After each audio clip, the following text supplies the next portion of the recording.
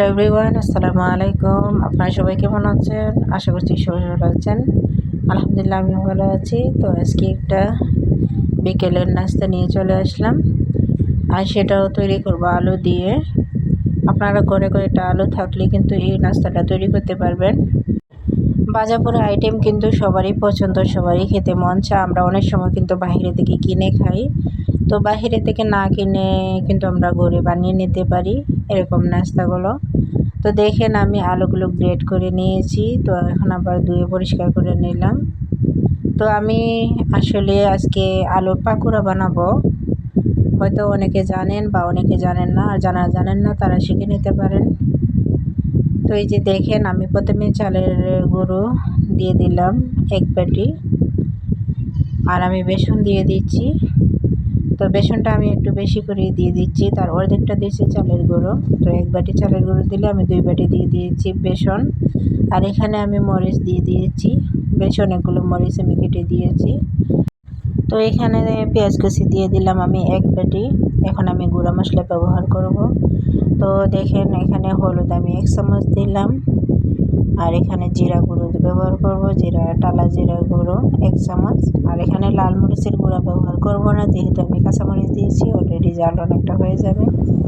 আর তার সাথে একটা স্পেশাল মশলা আমি ঘরে তৈরি করেছি, সেটা দিয়ে দিলাম, আর লবণ দিয়ে দিলাম। এখন আমি মিক্স করে নেব।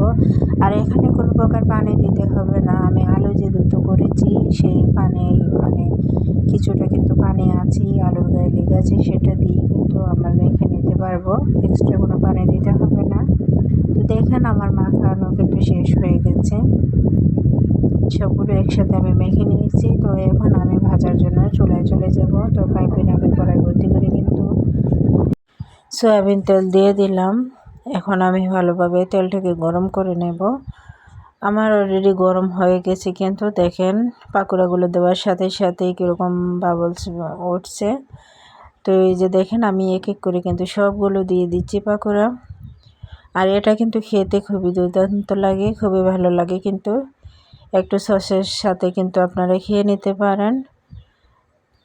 তো এটা সকাল বা বিকালে কিন্তু যে কোনো সময় কিন্তু বানিয়ে নিতে পারেন, আর এটা সবাই ফ্যামিলির সবাই কিন্তু পছন্দ করবে।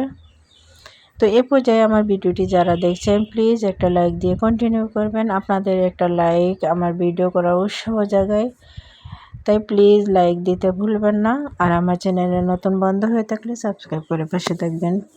অলরেডি যারা এই কাজটি করেছেন তাদেরকে অসংখ্য ধন্যবাদ। তো এই যে দেখেন আমার কথা বলতে বলতে কিন্তু পাকোড়াগুলো হয়ে গেছে, আমি লাল লাল করে কিন্তু ভেজে নিয়েছি। আর মাশাআল্লাহ আমি অনেকগুলো কিন্তু বানিয়েছি, মাঝপথে কিন্তু আমার ছেলে মেয়েরা বেশ খানিকক্ষণ খেয়ে নিয়েছে। সবাই ফ্যামিলির আরও মানুষ ছিল, তারাও খেয়েছে। তো বাকি কিছুটা রয়েছে আমার ভিডিও করার জন্য আর কি। তো এগুলো দেখালাম, এই যে দেখেন মচমচে কিন্তু হয়েছে।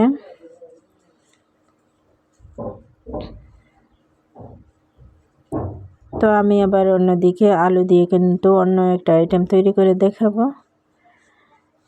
তো আমি আলুগুলো কিন্তু সিদ্ধ করে নিয়েছি, তো এগুলো আমি ছিলে নেব। আলুর খোসাগুলো কিন্তু আমি ছিলে নিচ্ছি, সাথে আমার ছেলেও কিন্তু আবার আমাকে হেল্প করে দিচ্ছিল। তো এই যে আমি সবগুলো আলু ছিলে নেব এক এক করে। প্রচুর গরম রয়েছে কিন্তু তারপরেও ছিলে নিচ্ছি। আমার আলুগুলো ছিলে নেওয়া শেষ। এখানে আমি সবগুলো দেখেন এখানে ভেঙে নেব। অন্যদিকে আমি পাইপেন বসিয়ে এখানে সরিষার তেল দিয়ে দিলাম, আর সরিষার তেল দিয়ে আমি পেঁয়াজ থেকে ভালোভাবে লাল লাল করে ভেজে নেব। বুঝতেই পারছেন হয়তো কি তৈরি করতে যাচ্ছি। তো এখানে দেখেন আমি শুকনো মরিচ দিয়ে দিয়েছি, শুকনো মরিচটাকে আমি লাল লাল করে ভেজে নেব। এক সাইডে আমি ভেজে নিচ্ছি। তো আমি এখন উঠিয়ে নেব, তারপরে পেঁয়াজগুলো কিন্তু আমি এখানে ভেজে নেব। তো এই যে দেখেন আমি পেঁয়াজগুলো ভেজে নিচ্ছি, আর এখানে যে আলুগুলো আমি রেখেছিলাম তো এগুলো ভেঙে নিচ্ছি ভালোভাবে। তো সবগুলো আলু আমি ভেঙে নেব। এই যে দেখেন আমি ম্যাশ করে নিয়েছি, কিন্তু এখন আমি টালা মরিচগুলো একটু লবণ দিয়ে ভেঙে নেব। লবণ দিলে কিন্তু তাড়াতাড়ি মরিচগুলো ভেঙে নেওয়া যায়। এই যে আমার ভেঙে নেওয়া হয়ে গেছে। এখন আমি একসাথে মিক্স করে দেব। তো আমি আসলে কিন্তু আলুর ভর্তা তৈরি করছি, আর নর্মালি কিন্তু আমরা কাঁচা পেঁয়াজ দিয়ে হাতে মেখে কিন্তু আলু ভর্তাটা তৈরি করি। তো আজকে আমি কড়াইতে কিন্তু ভেজে তৈরি করব, আর এটা কিন্তু কিছুক্ষণ থাকে। হাতে মেখে যে আলু ভর্তাটা তৈরি করি আমরা, সেটা কিন্তু বেশিক্ষণ থাকে না। হয়তো একবেলা খাওয়ার পর কিন্তু পরবর্তীতে আর রাখা যায় না, নষ্ট হয়ে যায়। আর এটা কিন্তু আমরা একবেলা খাওয়ার পরে কিন্তু আবার পরের বেলা খেতে পারি, 2 বেলা খাওয়া যায় এরকম। তাছাড়া ভেজে নিলে কিন্তু স্বাদটা অন্যরকম হয়। হয়তো আমরা হাতে মেখে কাঁচা পেঁয়াজ দিয়ে কিন্তু একরকম স্বাদ পাই, তো এটার কিন্তু আলাদা একটা স্বাদ। তো 2 রকমই কিন্তু খেতে ভালো লাগে। তো আমি আজকে এরকম বানালাম। তো এই যে দেখেন আমার আলু ভর্তাগুলো কিন্তু প্রায় হয়ে গেছে। আমি নাড়াচাড়া করে এখন নামিয়ে নেব। তো এই যে দেখেন কড়াইতে থেকে কিন্তু আলুটা ছেড়ে দিচ্ছে। এ পর্যায়ে আমার আলুটা হয়ে গেছে, কিন্তু এখন আমি নামিয়ে নেব।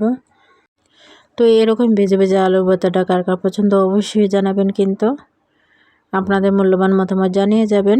আমি আপনাদের কমেন্টে উত্তর দিয়ে যাব ইনশাল্লাহ। এই যে দেখেন মাশাআল্লাহ কতটা লোভনীয় হয়েছে। আপনাদের কাছে কেমন লেগেছে অবশ্যই জানাবেন। তো এই ছিল ভিডিও আজকের মতন। সবাই ভালো থাকবেন, সুস্থ থাকবেন। সবার প্রতি দোয়া এবং ভালোবাসা রইল। আল্লাহ হাফেজ। আসসালামু আলাইকুম।